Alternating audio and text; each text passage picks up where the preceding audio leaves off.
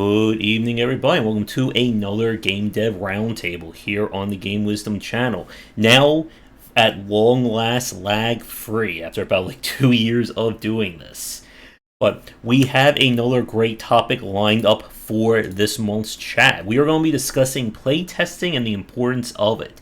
And if you missed my very educational April Fool's Day video talking about, I'll put a link to this in the recorded version. But unfortunately, Ramin is out and about traveling and he couldn't make it for this one. So I asked a friend of mine to fill in and we'll see how we can fit everyone's schedule in the coming roundtables. But as always, I will give everyone a chance to go around and introduce themselves. So we will go, I guess, clockwise, starting with Tomo to Seth to Rob. So, Tomo, feel free to get started. Hi, everybody. My name is Tomo Moriwaki. I've been a game designer for a long time, somewhere between 23 and 25 years. I seem to get the actual precise date wrong, number of years wrong all the time.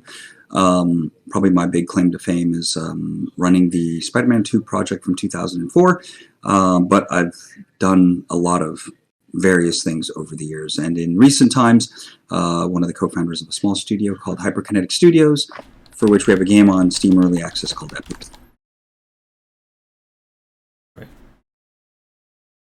Down to Seth. Hey, I am Seth Goldberg. I am a former game designer. I guess I'm still currently a game for, what is it now, 21 years. And my claim to fame would be I worked on Ultima Online, and I'm drawing blanks, to say. Right now I'm working on a project called the Strategy Informer, which is basically reviews, promotion, discovery, because I felt discovery was absolutely horrible in game design, or not game design, in strategy games. And I'm also doing design for a strategy company called Strategy Mill, and we produce a game called Terminal Conflict. All right, and to Rob.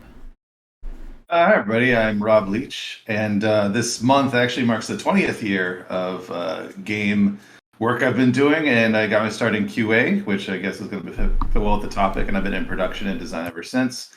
I wouldn't say I have any particular claim to fame, but I'm working on the NBA 2K franchise on the 4th gen consoles, doing world design at the moment. So I've been really enjoying that. But it's been a long and rocky road up to this point. Yep, and for new people watching, Rob and I used to do the Sunday shows. This was 4, maybe 5 years ago. Yeah. And we're going to be doing a few of the Indie Inquiries, or the Steam Store page review shows coming up. So be sure to tune in for that. And Rob, it is once again great to see you back. Again, for us, it feels like it's been a few decades since we last spoke together. Oh, for sure. Back then, I was doing a little bit of indie publishing, but that was that's its own chapter for sure. Mm-hmm. And I guess I should introduce myself as well. My name is Josh Blazer. I run Game Wisdom here. I talk about game design and industry topics. We interview lots and lots of developers, and I do talks at libraries and schools. I have many books on game design, and I just got the contracts for my next 2 books, which will be on role-playing games and deck builders. So be sure to look for them whenever I get around, or whenever future Josh gets around to writing them at this point. There you go. I may need some of that at some point. But our topic for this month is playtesting, and it is I think, increasingly important topic for developers, both new and old, in the space. It is something that I always feel really can separate, I guess, bad, good, and fantastic game design. And it's something I think for our panel here, I think each of you probably have your own takes and experiences with it. Rob working on the 2K franchise, Seth, again, being a strategy game fan, I'm sure you have a whole lot to say on the importance of play testing and onboarding, and of course for Tomo as well with Epic Tavern. So I'm going to give everyone a chance to kind of go around, talk about your thoughts on play testing. So anyone want to get started? I'll jump in, I guess. First, I guess I should say I don't ever have the opportunity to say this, but my thoughts do not represent that of 2K. I don't want to get in trouble otherwise. But yeah, when I first started, as I mentioned, I got started in QA, the low level garbage people that we were treated back then. But it was the same actual company, and then I left them to get into production. Then I came back to Visual Concepts in production and design. But boy, I got to tell you, in these larger games, and small way up because I went into mobile as well. Playtesting has just been, it is just so, like, the importance there is so amazing. And I think the biggest takeaway I've had in working in it and with it is that usually it's treated as kind of like a lower level job and a lower level of importance in the industry, at least at the larger levels. And it's very unfortunate because it always makes for a better game, and you often lose the people who become best at it over time. They either leave for greener pastures that pay more money, or they work their way up through the industry, as I did. But it's just rare to see someone who makes a career out of testing, gets paid well for it, compensated well for it, and just makes games better as their profession. I know outside of the games industry, testing and QA is much more highly regarded, and I would love for that to get into the industry as a whole right now. I mean, that's my starting thoughts anyway. And the violin music is coming from Tomo's side. We have a little bit of a musical number. We have a little musical interlude for tonight's roundtable. Playtesting at Origin or Electronic Arts was a lot different than playtesting in an indie company. We didn't have a lot of outside playtesting, other than when we released something and we were looking at results and how it impacted. I think in indie development, the developers are more free to go about getting outside people to look at them. And I think that's important to get that outside view. Otherwise, you're just in an echo chamber. All these developers, all these playtesters, all these QA people, been working on this project for years. And they're going to miss smaller things that other people would pick up into, or even as big as game loops that are kind of out of whack or balance. That's not correct. Will all be hidden because you're too close to the trees. It would be a good example. So I think it's important for the indies to really embrace that they can go out and get that feedback that is just so important. Mm-hmm. That violin's going to come in pretty hard right now. Maybe it can be behind what I have to say. So, game testing is so essential to the process. I mean, I think all three of us have sort of made that clear. And it's having made games since the late 90s, I very much have to reinforce or support Rob's statement here with regard to the sort of the low position in the culture of game development that testers have. And that's really too bad because of how important a role they play in the quality of any given experience. And so I got to see how the impact testing had on like maybe 140 man team in the context of like Spider-Man 2. I got to see what impact it had on our 8 or 9 people that worked on Epic Tavern, as well as a number of kind of game team sizes in between. And it's interesting, one, there's straight math for just quality assurance. There's a certain number of problems. It takes a certain number of hours per sort of content and variation that's possible just to kind of catch. Let's say you want to catch 98% of them or 95% of them or 90% of them or 100% of them. You can do some math about how much playtime it takes to have confidence that you found those problems. I think a lot of development efforts out there don't even engage in that math necessarily, right? They want to shortchange how much effort they put into the testing, and then they do it, and then you get some random sort of badness that comes from that. But yeah, the part that's often overlooked, which was much less overlooked, I feel like, in an indie space, is diversifying the perspectives that see the software and all the sort of creative quality you can get from sort of creating a community out of those communications. I mean, testing is everything in a way. I mean, is all kinds of things, and has all kinds of impacts. But for I guess it's not fair to call the game industry a mature industry. And one of the things that makes us not mature is that we haven't fully understood how important testing is. And I would say a lot of people still understand like the importance of actually like game design fundamentals as well as kind of the foundational stuff, especially for people coming into the space for the first time. But I guess to echo what everyone has said, yeah, like for a lot of people, playtesting is still viewed as, you know, the redhead stepchild. It is the, you know, the lesser aspect of game development. Like whenever you see like those horrible takes on Twitter about, you know, so and so is not a game developer, they will usually go to the QA people because, you know, the QA people, they're not building anything. It's their job just to look at it and play games all day. You know, what purpose do they have? But as to Chris's comment earlier as well about playtesting both from the iterative side, which is kind of where I'm going to be focusing on, as well as from the technical and QA side, it is an essential element of these games. Because the problem that we see is that playtesting is that period to find those mistakes, find areas that you can improve, just like Seth said. And for a lot of developers out there, it's very hard to take an objective look at your own game. You know, if you've been working on the same project for 1, 5, 10 years of your life, you're not really going to be the most objective person. More importantly, you're not going to see kind of the new player traps.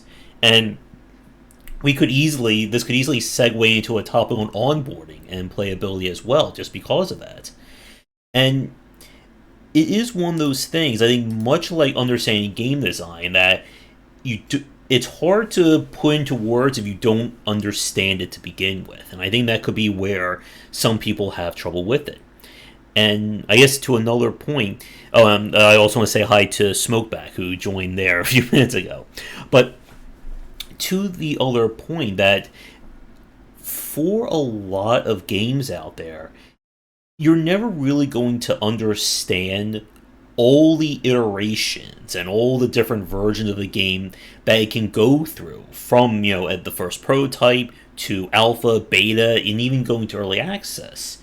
And I think this is again where independent developers have really gotten at least a bit more of an advantage, because we've seen indies be very transparent during their early access with telling people about what's been going on. You can kind of track that process of a game. As a good example, I've been, of course, playing Vampire Survivors, and I'm enjoying the heck out of that one. And every week he puts out another update, and I'm just like watching this game go from being a good game and just keeps getting better with each new update. You can kind of track that game's evolution. And you really don't get that, at least from the consumer side, if you're looking at a AAA game. If all you do is play AAA games, you're just seeing, you know, the shiny, polished apple after months, if not years. You're not seeing all the hardship that got to that point.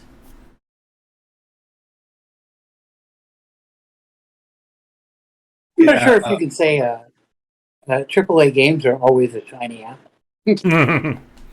It's true. Sometimes they ship as, yeah, you know.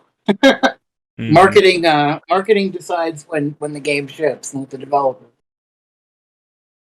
Yeah, that is true. In terms of, like, to bring it back to what you were saying, even Seth and Josh, about indie developers not being able to be objective on their own stuff. I mean, that is very true, and getting help is absolutely essential.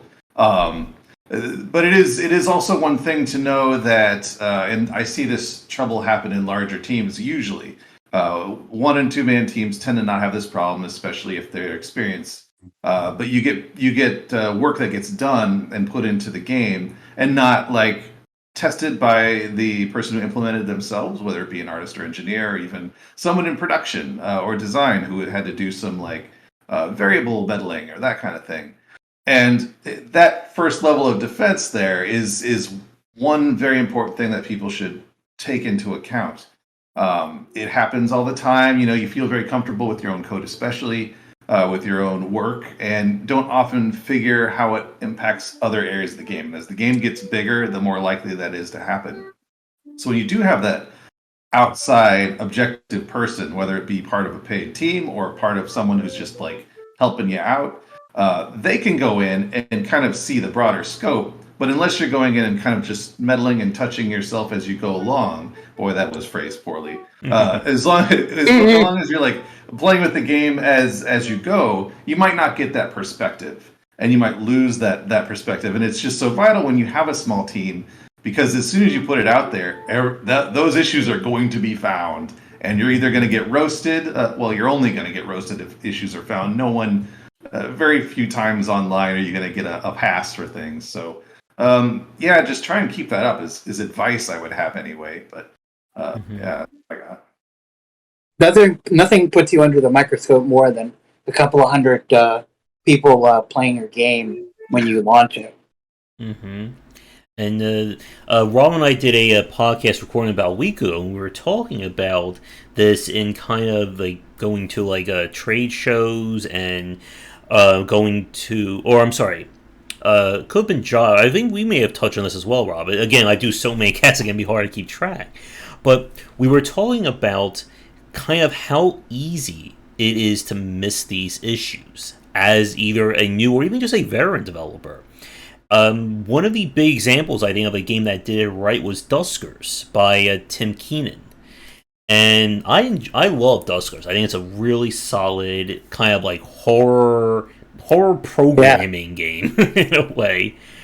And I interviewed him. This was like 5-6 years ago, and he was talking about if he didn't have playtesters and people, rigorously poring over every inch of his game during early access, he would have missed so many issues because the game is such a unique beast and such a large one. You really can't develop the game and playtest it yourself at the same time without just going, insane out of the amount of work you need to do. And as like the other flip side of this, and yeah, I think Chris is right. Yeah, it was with Josh or another Josh that when I brought the game Sky Shines Bedlam, that this was a game that everyone he showed it to at trade shows, it was this great game. It won awards. Everyone loved it. Day one of release, every consumer hated the game. Like, it got completely ripped apart. And there's something that I say a lot when I play some of these games. I always sometimes question, what is the level of playtesting done? Because when we talk about, I think, a lot of the issues that we see that gets caught by playtesting, they're not really like these mysterious, it takes 50 to 100 hours of playing these games to figure it out. Sometimes we can spot issues within minutes. And I'm sure everyone here on the panel, I'm sure even the audience here, have played games like that, where you will load it up and within like the first 2 or 3 minutes you're going, ugh, like, what is this? Like, what have they done? Exactly. What have they wrought to this game?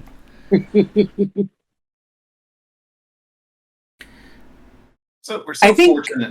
Go ahead. Well, I was going to say, I think, in QA and playtesting, there's there used to be an adverse relation with the developers and with the project management with the QA team. So the QA was looked at as the enemy for very, very many years. It doesn't occur as much right now, and developers have been growing up to think that, okay, QA is not the bad guy. So it's changed a little bit, but it's still an underlooked what's the word I'm looking for? Aspect of game development. Indies will skimp on it at playtesting, not QA, not necessarily QA.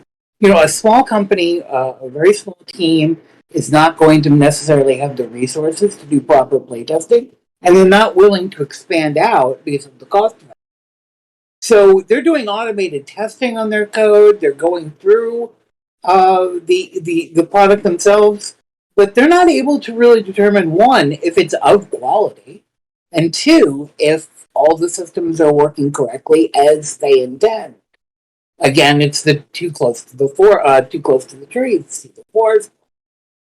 So it's important, I think, for these people to understand that they need the outside help, whether it be an early access thing and getting a bunch of people on it, or just going beyond the friends and family thing. Friends and family is great, but you need people that are somewhat vested in it.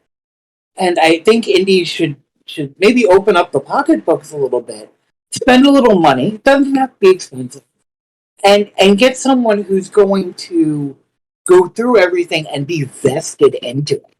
I think one of the problems with early access is you've got a bunch of people looking at the game, but they're not doing bug reports. They don't know how to really go get in there and figure out how the systems interact. They just kind of like come at it on the surface. They have no vested interest. And an indie company really needs to hit that 70% metric on Steam. 70% positive reviews. Otherwise, the sales are literally cut in half with the potential sale. And this is not data I'm pulling out of my butt. This is stuff that commonly known. Mm-hmm. And I can support that statement. Mm-hmm. And what were you going to add, Rob? Oh, and this kind of actually goes towards what Seth was saying as well. Is you do want to put that a little bit of expense or what have you into getting some testing. Far too often, for better or worse, we're in a time when you can leverage live testing to the public because you're going to get a million people. Well, not a million, but you get a lot of people playing your game and reporting things, especially if they're engaged. But I feel like far too often, some developers would use that as a crutch instead of spending on testing or trying to get testers ahead of time. They will launch it and hope for the best, and just go as bugs or reported from the community. Yeah, and that leads directly into thumbs downs, and it leads directly into bad reviews. And on top of that, it comes across as a little bit lazy, for lack of a better term. Because when you turn on a game and the first thing you see is a bug, like on the main menu for, at the worst, then that's like, why? You just turn it off and go to the next game. You'll give a thumbs down and you're out of there. Sometimes you'll report it. Some people will report a bug to you, and that's work that you're expecting the consumer to do, which is never a good thing. Mm-hmm. But try and get that stuff ahead of time. Yes, there's going to be bugs. There are going to be bugs when you launch. It's just a fact of life. But at the same time, you mitigate that risk. You get that stuff taken care of as best you can. You make sure that the user has a good experience as far as they can. And when people put in 10, 20, 100 hours into your game, that's a good time for them to start seeing those bugs, if possible. Once they're really ingrained and they can start seeing that stuff. Otherwise, you don't want. That's a bad experience right off the bat. Yeah, and I've played a few indie games this past year that it felt like if there was playtesting done, that the comments were either ignored or developers felt, let's just push it. We'll say that for a week 1 patch or a month 1 patch. And you really can't afford, I think, to do that in today's market. Because you only have so little time in the spotlight. And the worst thing you can do is to release your game. And to what Rob said, games being shipped with bugs. That is understandable. Again, in a perfect world, games would be shipped 100% bug free. I think a lot of people are very accepting if let's say a character looks weird or the camera plays a little bit funny, but you don't want to ship your game at one point of knowing that, let's say, the camera doesn't work right and it's like constantly like flipping, or that there's something that is really aggravating in this game that has been reported, people have logged it in, and you just go, well, let's wait. We'll fix that in post. You really don't have that chance anymore. Well, it's interesting to sort of bring up like kind of like the what I think is sort of like the mature calculus on dealing with bugs in software. So generally speaking, if you make a game of any sort of like moderate complexity or greater, which is a lot of the games nowadays, you can't be bug free. There's just too much uncertainty, and so it's going to happen. You could get lucky, I suppose, and maybe some of that luck is just that nobody finds the bugs because they're very hard to find, and that's kind of the strategy you have to be approaching, right? This idea that it's a lot like cheating in multiplayer games. You can't stop it, but you need to mitigate it till it reaches a sufficiently low level that it doesn't interfere with the experience, which also, surprisingly enough, or maybe not surprisingly, if the experience is so damn good that it can be buggy, then you might want to factor that into what percentage of bugs you let get through. Especially if you get the best experience ever and some bugs, that's a whole lot better than the 100th best experience and less bugs, perhaps. Sometimes you get a cool bug, like a wall hack or something going on. Well, I mean, and that enhances the play. Maybe for a different roundtable, we can talk about bugs we've heard of or bugs we've experienced that we end up turning into features for games. That would be a lot of fun. Yeah, and like Tomo said, you need to be able to like kind of figure out what is the enjoyment of this game. You do not want things to get in the way of that. And again, that's where we kind of talk about playtesting from an iterative standpoint. That again, if your playtesters are reporting issues and they're finding this game annoying or some parts are painful, that should be a major red flag. And I think this goes back to what Seth was saying earlier in terms of trying to find good people for playtesting. Yes, friends and family are kind of a great step one, but that's not the same as getting somebody who's a professional. And I think this kind of goes back to the first point we were discussing about why a lot of people view QA as this very unimportant thing.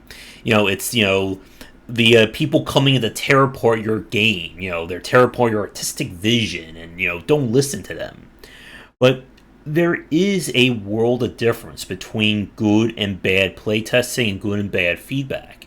This was something that I brought up when I spoke with John Brieger on a few occasions, that we discussed just getting the right information. As a developer, you're kind of a detective. You need to decipher these clues to figure out what people are really saying about your game.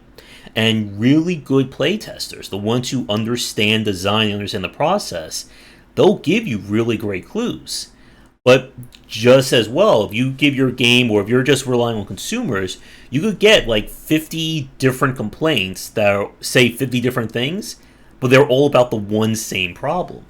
And as a developer, that's going to be a challenge on you to kind of figure out, what's my solution to this? We have some great tools in this day and age for running playtests.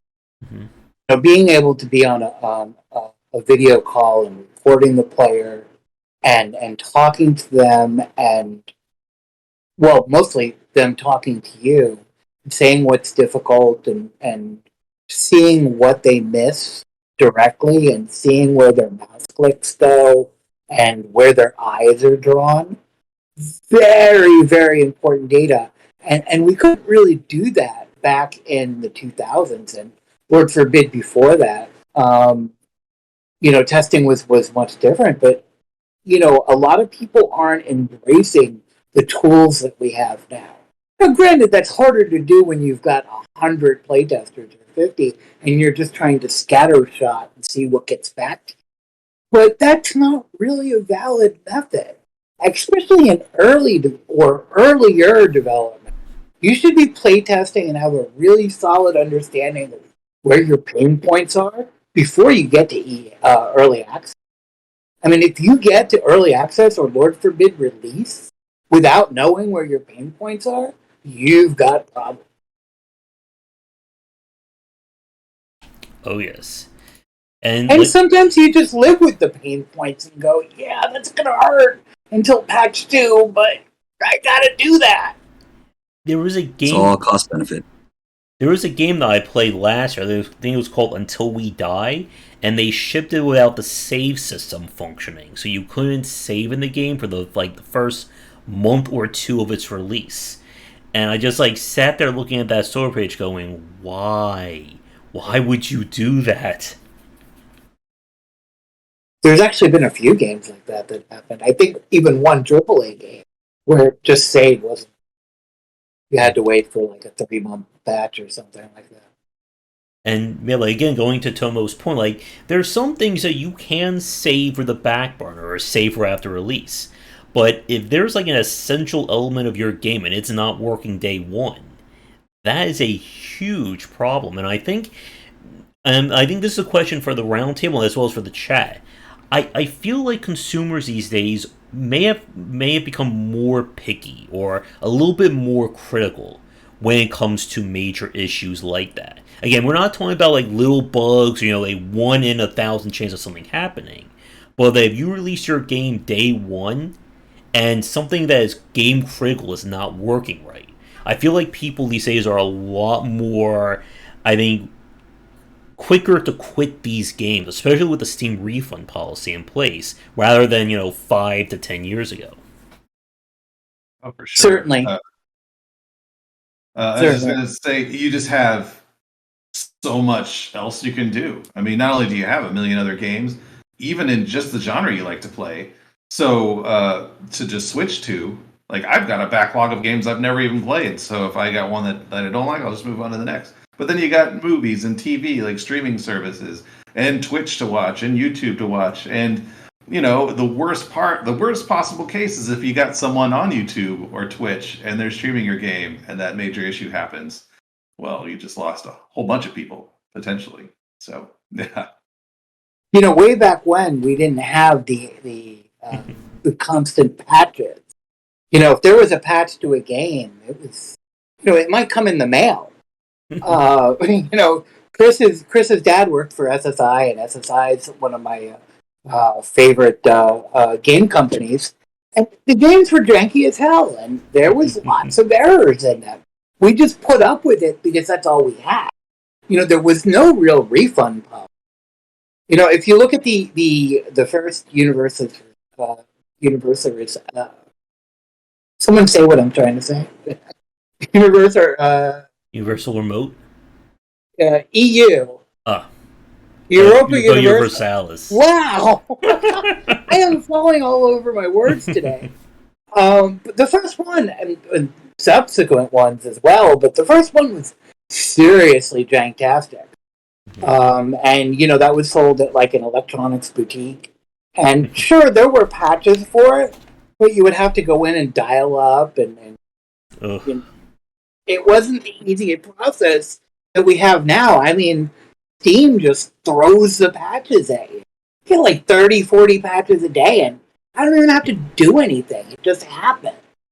Mm-hmm. So there's a different, you're absolutely right. There's a different threshold that people have now, that they're much more likely to bounce off of a game. They're much more likely to refund a game.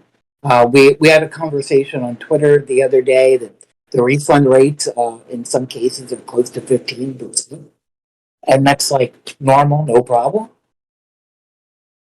So I think 8 is about the average, but they've seen it. People seen it. Simon Charles has seen it, or Carlos, not Carlos. Game Discovery guy. Wow, forget it. Never mind. But they've seen it at about 15%, and like I said, 8 being an average, and that's just a ridiculous rate. When I was doing non-gaming related stuff, billing companies wouldn't approve you if you had more than a 3.5% return rate.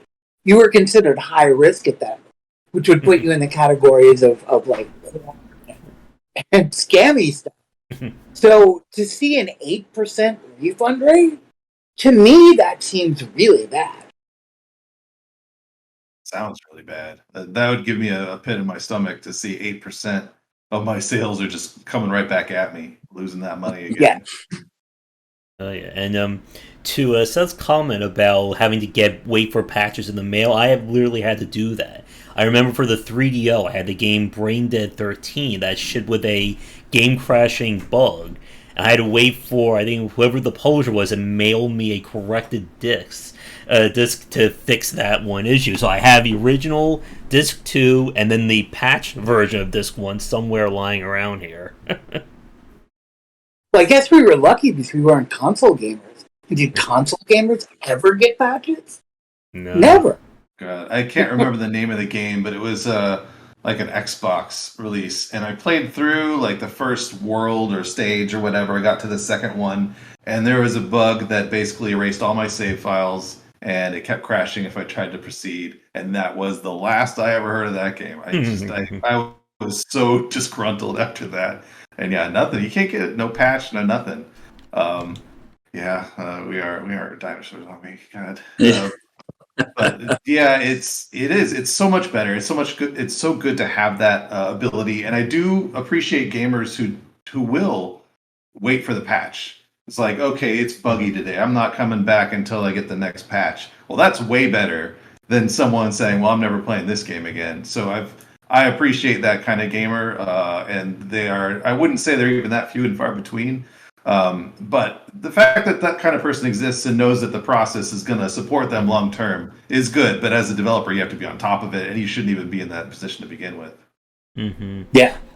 Yeah, like as just a really good example of that, I just started playing the game Ghost Lore, which is kind of like a Southeast Asian ARPG. It's coming out officially in early access, I believe, tomorrow or Friday, and there's quite a few bugs and issues in the game right now. And again, that's alright. It's pre-early access. Like, it's not fair for anyone to judge this game, professional grade harshness on a game that hasn't even started its early access yet. And I think early access in that capacity, I think it has been a net positive. That it has kind of shown more people how the sausage is being made, I guess, in a matter of speaking. So you do have those fans who know, okay, I enjoy this game now. I'm not going to touch it for the next year to year and a half because I won't play this at 1.0 when it's all, brand spanking new, all the bugs have been fixed. I mean, Slay the Spire. I'm sure everyone here has played it or at least have heard of it. Like, the very first version of that game was like, this is going to be a winner. I don't want to touch it again until 1.0 because I don't want to burn myself out like I did with Dead Cells. Yeah. Well, Galactic Civilizations 4 is going to be shipping on the 26th. I'm quite concerned about that. Obviously, there's some marketing concerns with pushing the game out. And that happens when you have a larger team, like the folks over at Stardock. But I don't want to be them at the moment, to make that decision. The producers have a hard time making a decision to say, all right, we gotta put it out, regardless of what type of issues. Are there any showstoppers? Does it burn hard drives? All right, no, it doesn't burn the hard drives. Great, let's just deal with it. Yeah, and Yeah, it is. I feel. Oh, go ahead. Oh, I was just going to say, I feel it's one of the most important aspects of bug testing is identifying the priority of the bug, which is also an important skill for just game development in general, right? If prioritization in the team is good, then you'll never have a situation like we were talking about before where you let something that's sort of critically in the path of the important experiences of the player stand, even if it's trivial, sort of, right? Whereas these things, which may be on the verge of egregious problems that don't exist in the path of the player or an important path of the player, you let go. Well, text issues and translation issues, Those are all like considered Sev 5, really low severity style bugs, even though they have a big impact on what the player is experiencing. And that's one of the things that I tell people to make sure you don't have is translation issues or just obvious grammar mistakes in the initial, 5, 10, 20 minutes of the game. Mhm. Otherwise, you're just saying you don't care. But if you look at it compared to other bugs, you're not really putting the time in for those because you're too worried about having something go out of bounds or having a critical crash, a loss of data. Those are all where you spend most of your time. And yeah, to build off of that point, from chat, what's his name? Brian is bringing up about the re-release of Chrono Cross having a lot of issues. Like Square Enix these days has gotten really notorious for really bad remakes and PC ports of some of their classic games. And yeah, like people don't. I think overall, I think the consumer can tell when a developer is putting their best foot forward and when they're just trying to, force it out the door and, who cares, let the chips fall where they may. And you really don't have, I think, that luxury in today's market, as we discussed a few minutes ago. If your game annoys me in the first 20 seconds, I don't need to stay with it. It's not locked in my account. I can refund that thing immediately. And again, like for somebody like me, and as I always say, I'm not the average consumer. I will play games, I think, way beyond the stress point for a lot of other people just to see what I can figure out. But for the general consumer, they're not going to do that. Why? And I said this in a post, I think maybe actually going up next week, that the consumer doesn't want to fix your game.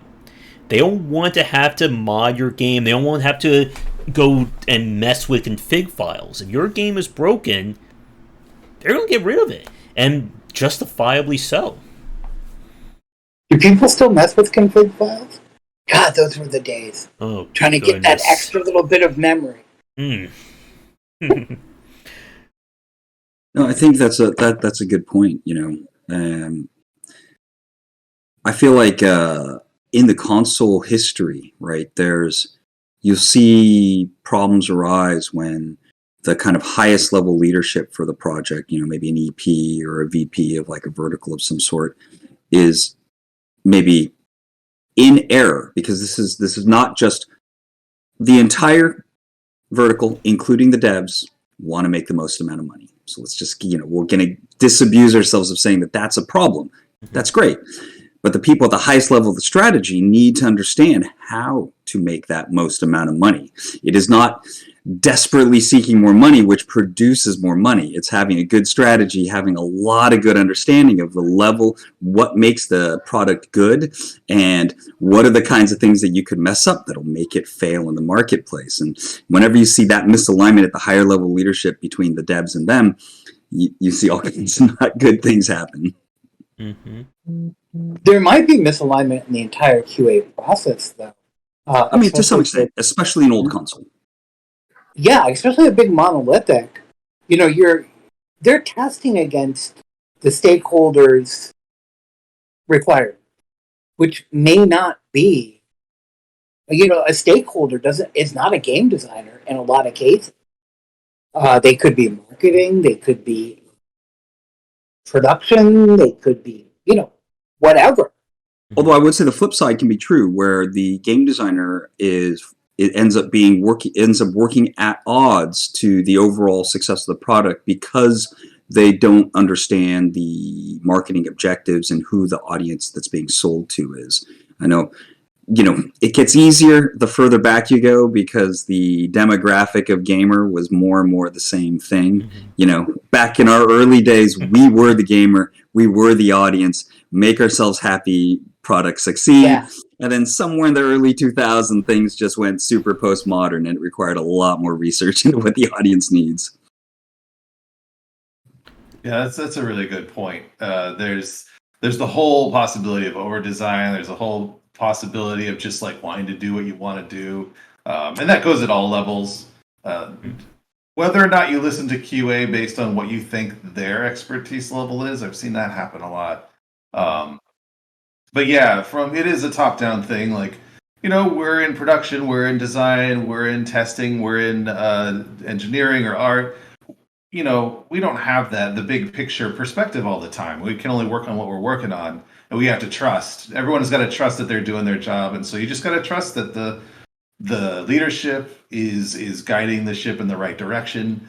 And otherwise it doesn't work. If everyone's not able to focus on what they're doing, it just doesn't work. You have to depend on especially a large team. But if it's just you by yourself working on all those tiers, you can't blame anyone but yourself. Yeah, and I think the idea of like the concept of over design, that's another very interesting aspect of this, and gets back to the iterative nature, the iterative side of playtesting. That there are a lot of fantastic indie games released that are horrible when it comes to onboarding or the new player's perspective, and that's where playtesting can catch a lot of those pain points. And going back to what Tomo was saying earlier about like kind of where the fun is, like there are a lot of games that I've played that once you get past those pain points, they are very enjoyable games. They do something unique, they're interesting to play. But it's again that case of, do I recommend this game and say, yes, all these issues, just, close your eyes, pretend they don't exist, and, 2 hours later, you're going to love this game. And it's a very hard sale, I feel, in terms of getting people to accept these issues. And again, like, when I talk about things from this era point of view, they're very blatant issues when it comes to these problems. And if you're not careful as a developer, like we've said with the whole echo chamber effect, that if you only listen to those hardcore people, and this is why I think whenever we talk about playtesting, it's always important to have as wide of a pool and as much of a diverse pool of people playing your game as possible. Because you don't want everyone to just, like we've said, like again, like go back to what John Brieger said, like the two worst pieces of advice you can get are, this game is perfect, don't change anything, or this game is horrible, what is wrong with you? You're an idiot, how dare you develop it? Neither one is really helping you in the development process. We brought it up in the onboarding discussion. Mm-hmm. You need playtesters that are completely off genre. Even if they've never played that style of game before, the feedback that they could give is immense. Well, it's interesting. I think it brings up something sort of universal about the way humans work, in that if someone doesn't have any expectations, they tend to see things for what they really are. And that a lot of what we do isn't making a thing. It's creating a handful loosely connected cues so that people who have expectations see exactly what we're expecting them to. Mm-hmm. And as a quick time check, it is after 9 o'clock my time. We've been going for about 50 minutes. How does everyone look time-wise? Do we have any schedules coming up shortly? It would probably be ideal for me if we restricted it to maybe another 20 minutes. All right. I think my dog would appreciate that too. All right, sounds good. In that case, I won't bring up what Chris said, because I think it's a really good point about talking about core principles and personal approaches when it comes to playtesting. Now, as somebody who has not done playtesting in terms of, I've done beta testing, but I haven't been like leading people in terms of playtesting. I'm going to throw this over to the three of you. What are your thoughts in terms of how do you approach playtesting for your games or for your projects? And whoever wants to start first, go nuts. I go. So for most of the career, playtesting was managed as sort of a semi-large team effort, right? Especially non-creative leads, because creative leads sometimes think they're too important to get too caught up in the testing process, which is unfortunately kind of sad and off target. So I'm embarrassed about the few times I might have done it myself, but over the course of time got fully on board. But there's this analyze what you expect the game to be is an important part of the process. This idea of a test plan, that you're guiding the testing resources. You're doing some sort of large scale sort of uncertainty math to make some guesses about what is the raw number of man hours or human hours it takes to give us sufficient coverage so that our uncertainty can be sort of purchased to a small enough kind of margin of error. And then you run those hours, and then you look at what you find. Some of that math can lead for you to even have expectations of the kind of number of issues you're going to find. And if what you find is way off target from what you get, then you might want to dig in some more. And so sort of there's that one aspect of playtesting, which is sort of senior producer, sort of project management and analysis in nature. That does require them to have an intimate relationship with the people making the game, some combination of lead design or creative direction combined with software engineer, so that they can get a truer picture of scope, so that they can sort of set their mathematical testing targets. I find that aspect of testing is the most sort of professional in my experience, that it's been sort of analyzed out. It doesn't always find the right things, but it follows all the right processes. There's always room for something right in front of your face that you didn't expect, or you just sort of failed to identify properly. It sort of happens to us all the time. This sort of annoying reality that something here I just keep seeing past, just day after day after day after day, and it just stays there, and all my buddies are right here next to me, so we just see past it. And then everyone loses their mind because of this sudden discovery about something that literally everyone else thought we were just ignoring. Not a good feeling, by the way. And so that's on one side of it. And then the other side of testing actually is more sort of philosophical, thematic storytelling in nature. And it's sort of icky and unscientific. How do you feel? How did it make you feel? What would you say? What would you have me do? And just sort of, interviewing your parents to try to figure out what their lives are like, even though whatever you get from that interview isn't going to really tell you what their lives are like. If that makes sense. Well, sometimes the game design is not going to match what the player expectation is, and that's on purpose. You're looking to go a different direction. Players looking to go a different direction.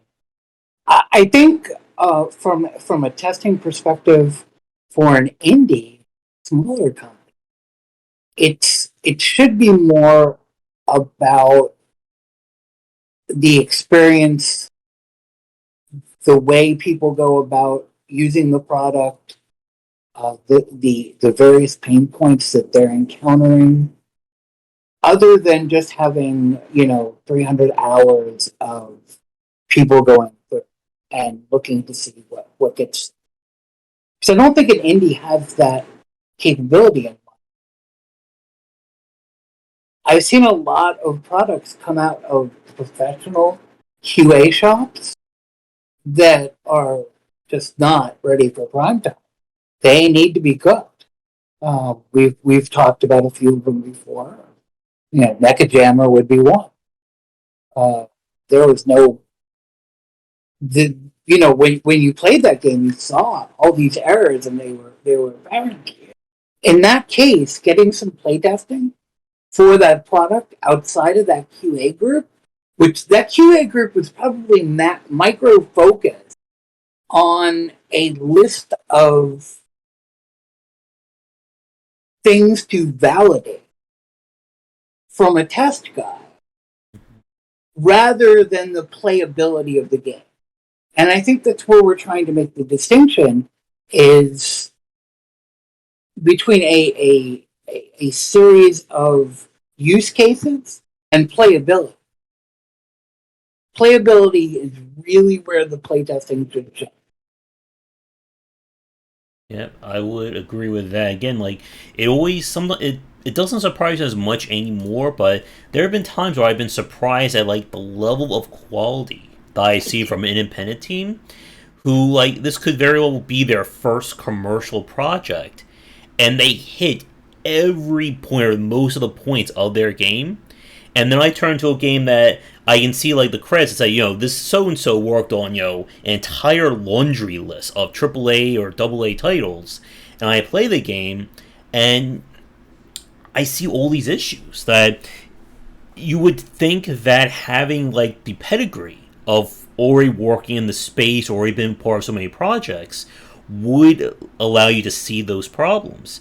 And it's like what we were saying earlier, that it really comes down to, I guess, where your focus was on that team.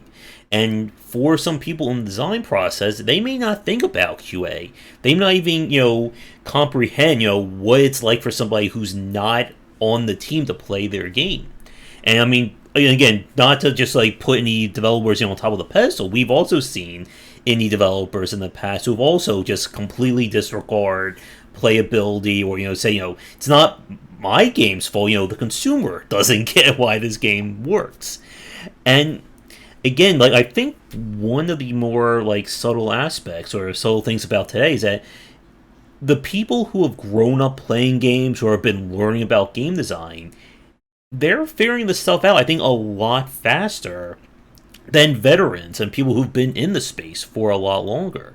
Because again, we've seen some surprisingly fantastic games, or even just tracking these games in a very short time in terms of these studios. First game being here, then their second game maybe being up here in terms of quality. Look at the student team that did Dwarf Romantic.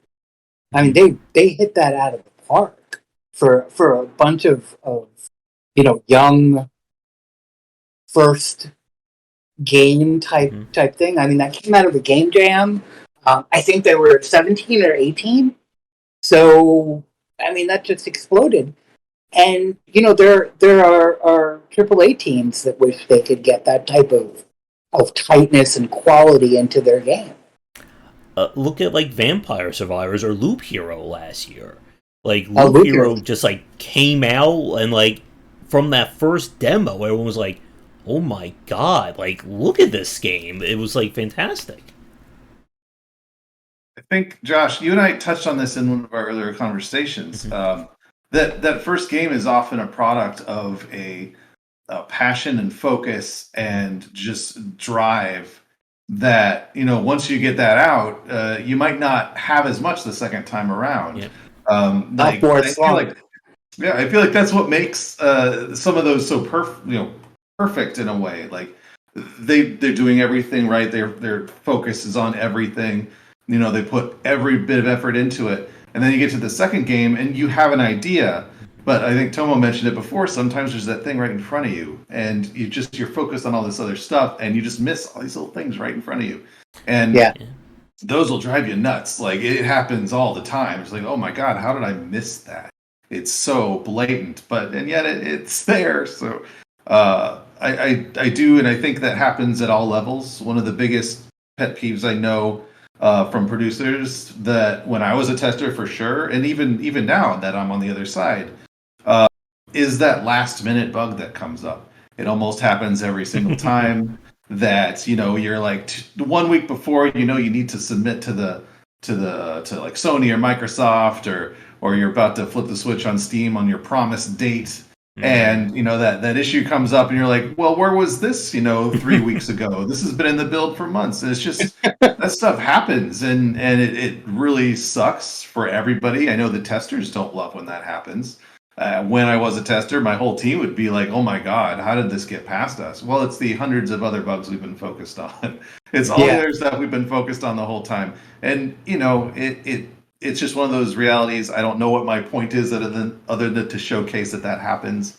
But it's something that we all pay attention to. Tomo kind of mentioned we all want to make money off the product. We all love the product.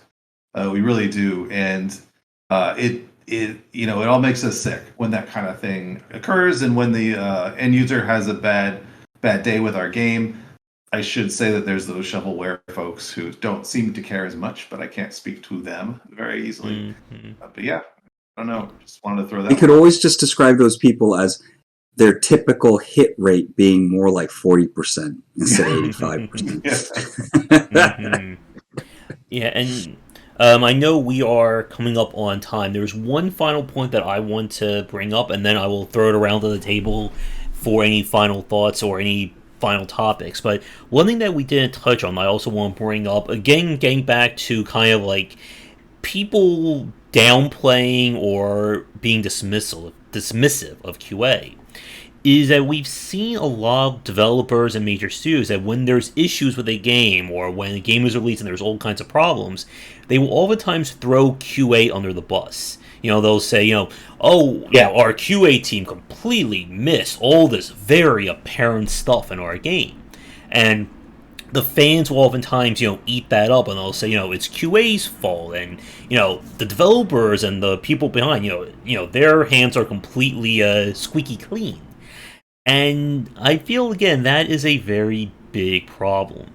And like we said, and I think to what Rob and Tomo just said, that everyone wants these games to succeed. Again, I've said this many times over. There's no developer out there who gets into game development thinking, my goal is to produce the 1 out of 10s on Metacritics, and I will become rich and famous because of it.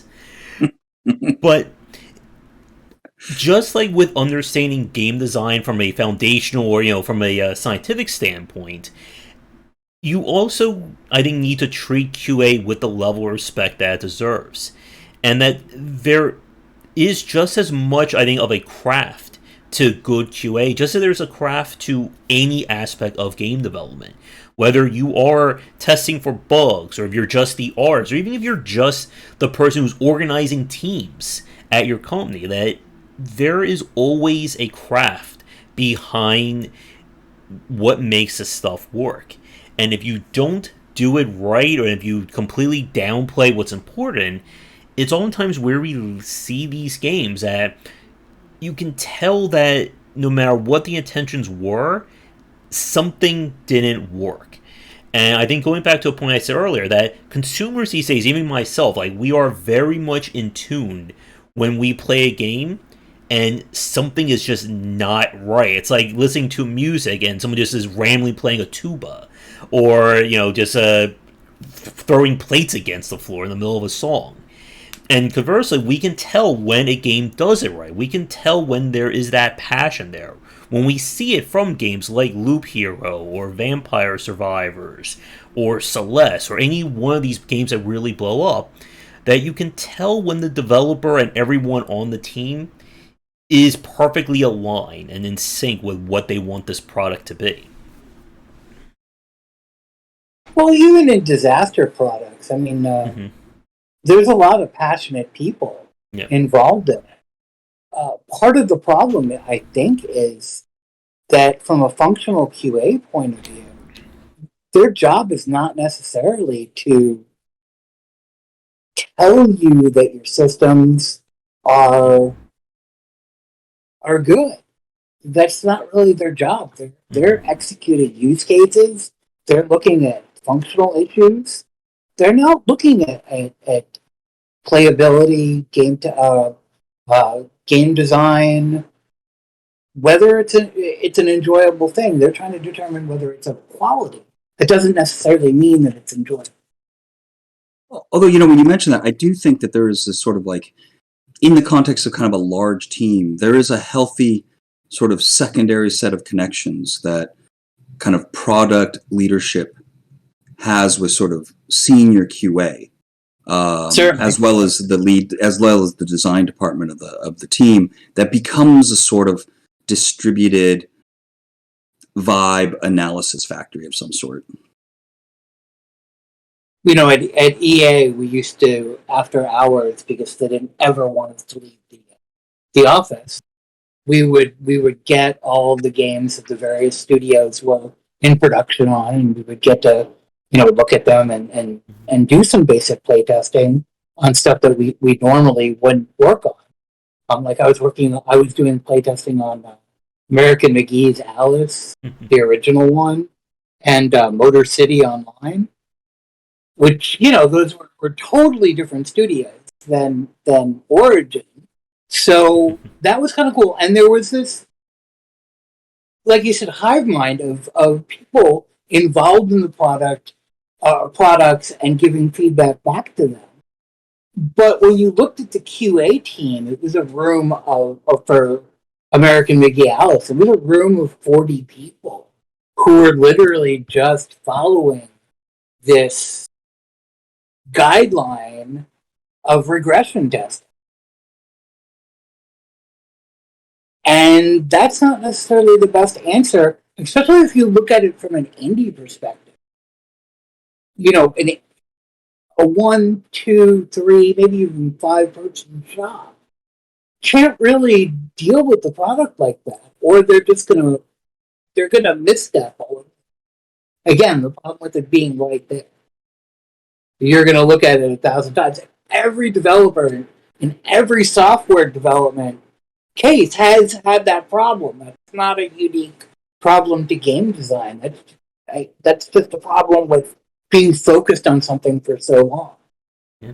I could also see maybe like at least at some of the major studios, like kind of like dealing with egos and clout as well. Like, if you're a playtester and you're playing the game from, let's say, from like a Hideo Kojima or Sid Meier or like any major name, and you go to like the lead or to them and say, "Yeah, we found these issues with your game." Like, how many people are going to be like brave enough to like talk up to Hideo Kojima or to a Will Wright? There's also another aspect that I feel like happens really often, and that is the idea that playtesters, all they do is play games all day. That's been one that kind of plagues, professional testers, and it is, once you do it, you're just, it doesn't take long before you're like, this is not playing games all day. It's easy to throw someone under the bus because of that. It's easy to, as a fan, say, oh well, I would have been able to find that easy. Like, for all these reasons that Seth and Tomo have been bringing up, as well as Chad. Like, I mean, you're following a plan. You're not willing to bring it up, or you're bringing up specific types of issues as opposed to like the play experience. Like, that's not taken into consideration from the outside standpoint, and oftentimes from the leadership standpoint as well. I've seen in the past. I haven't seen it in a while, so, knock on wood, that's spreading out more. But the idea that people just play games and then they find bugs that way, it's tough. It's not something that should be said much anymore. It's definitely false, and it does provide kind of a false narrative for blaming testers for any kind of issue with the product. Remember, you can do multiplayer in a weekend, right? It's just that simple for any game. Doesn't matter what it is. Well, all those things that people worry about are true of games other than the game they're working on. But those things turn out to be true for me too. All right, but I know we are knocking on time, so this will be, or we'll end things here. So I'm going to give everyone one more chance. If you have any final thoughts on playtesting, no matter what it is, feel free, and we'll go counterclockwise this time. So we'll start with Rob and work our way around. Sure. My only final thought is just like, this has been a great experience here. I've enjoyed talking with you, Seth and Tomo, and of course Josh. But yeah, playtesting super important. Make sure you do it, and just enjoy putting out a good game because of that fact. That's all. That's all I got. I know that's not a great thought, but I'll go from there. Let you guys bring it home.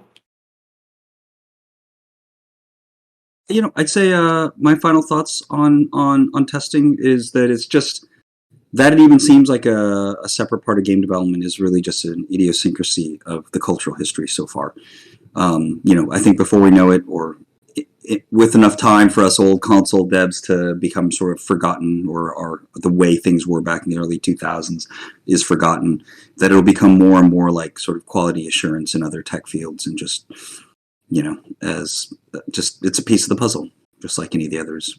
Although it'll also include things like, people monitoring Discord, like community management was sort of also, we can talk about this a lot, later down the line, how it was sort of crapped on for a good long time until it became, clear how essential it is, like many of the other pieces. Yeah.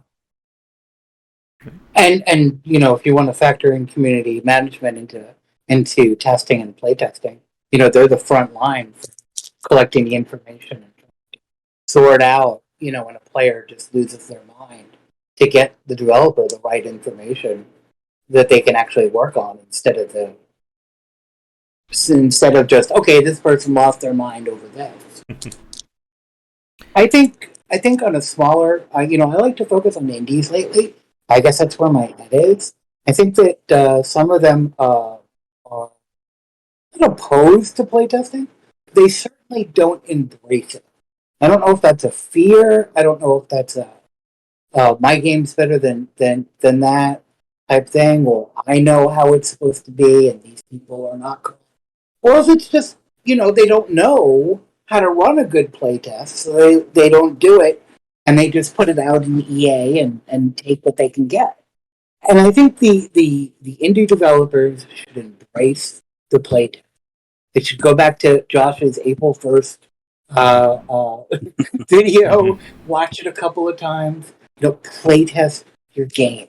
Get some people, pay them a couple of bucks, make it worth their time for an hour, record what they do, see how they interact with your toy, and go from there. It will never be a bad use of a couple of bucks. Yep. And like we said, like playtesting can be worth its weight in gold for developers. And for developers watching, again, I look at plenty of indie games, and I also am available for kind of more critical examinations in terms of a sponsored video where I will certainly take the game design sledgehammer to your game and tear it apart and figure out everything there is. And like we've said, like there is value in getting somebody who knows playtest or understands the craft of the game to look at your title.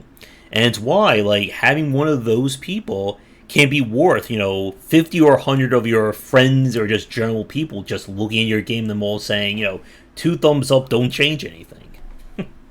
Yeah. And, oh, go ahead. I was going to say, my thing about playtesting your game, yeah, it is a self-serving comment because I do offer playtesting as a service, and I do critical analysis of the game, just not on video though. So yeah, there is some self-serving in there, but taking that away, listen to what I'm saying. Listen to what everybody's saying. And to Chris's comment from earlier, does anyone have any other thoughts on early playtesting or playtesting of prototypes? Yeah, certainly. Do it. You wanna know whether a prototype's worth it, worth the investment.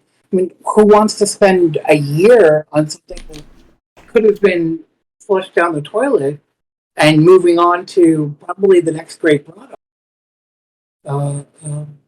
And if your game is enjoyable as well, like if that early or that first prototype, everyone you show to says, wow, I'm loving this, or this is a great idea, that should give you an indication that you have something there.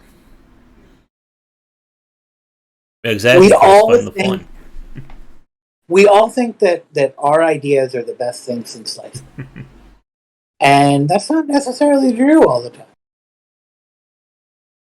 time. Yeah. But let us wrap things up here, because we can certainly be talking for a few more hours if we're not careful. So, as customary for these sales, I'll give everyone one final chance. If you have anything to plug, social media, projects, whatever it is, go right ahead. And I guess I'll start it up here. So again, for those of you watching, again, be sure to do the liking, subscribing, and commenting. You'll find links to the Patreon, Discord, myself on Twitter on the right-hand side.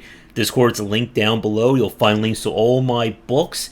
And I'll be opening up the incentive for anyone who donates $15 or more to get an acknowledgement in my next 2 books. And I'll be having an announcement video when that gets confirmed.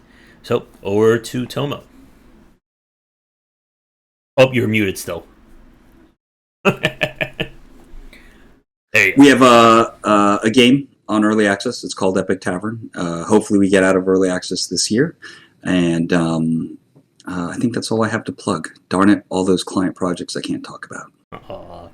Damn those NDAs. All right, to Seth. So all my links are down below because Josh made a nice little block for me. Right now, I've got the reviews and the discovery stuff going on, centered around strategy games, and a lot of work going on with terminal conflict. We're in a period of stuff happening.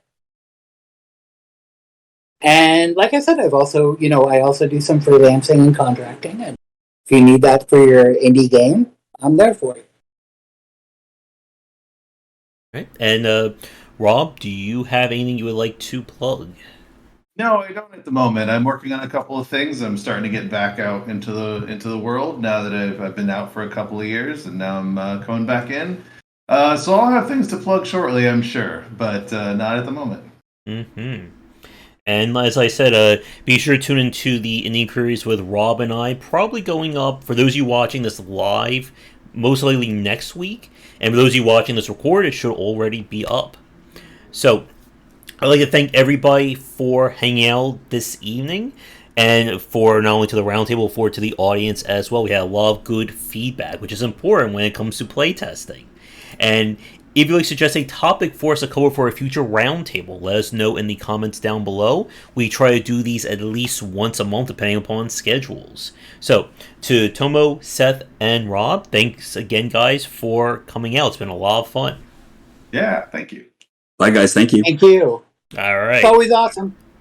Mm-hmm. Plan evil. Yep. So, with that, everybody, come back for daily discussions on game design here and on game wisdom, where some of the art and science of games. And as a special note to people watching this live, I'll be doing my Indie Dev Showcase. That will be starting in the next 15 to 20 minutes. So, be sure to come back for that. But for our roundtable, have a great night, and see everybody next time. Take care.